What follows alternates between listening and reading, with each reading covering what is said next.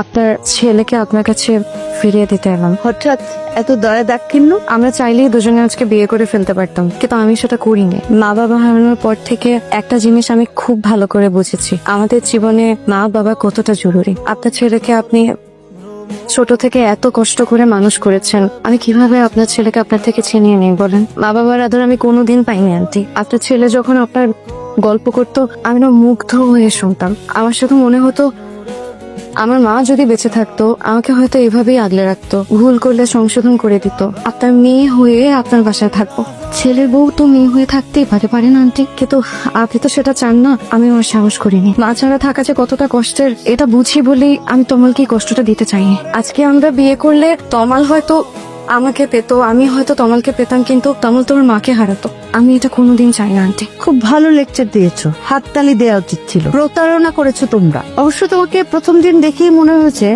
যে তোমার মধ্যে সমস্যা আছে, ওই অলক্ষণে ব্যাপার স্যাপার আছে আর কি। মা, তুমি ওর সাথে এভাবে কথা বলছো কেন? তুই আমার মুখের উপর কথা বলছিস? জীবনে প্রথম তুই এই টোনে আমার সঙ্গে কথা বলছিস। কে জুগিয়েছে এত সাহস? নিশ্চয়ই এই মেয়েটি। আমাদের সুন্দর পরিবারটা তুমি ধ্বংস করে দিও না। কয়েকদিন ধরে লক্ষ্য করছি তুমি ঠিক মতন খাওয়া দাওয়া করছো না, রাতে ঘুমাচ্ছ না, এমনকি ঠিক মতো কারোর সঙ্গে কথাও বলছো না। তোমার যদি মনে হয়ে থাকে তোমার কোনো ব্যাপারে আমি ভুল সিদ্ধান্ত নিয়েছি, সেটা তোমার ভুল ধারণা।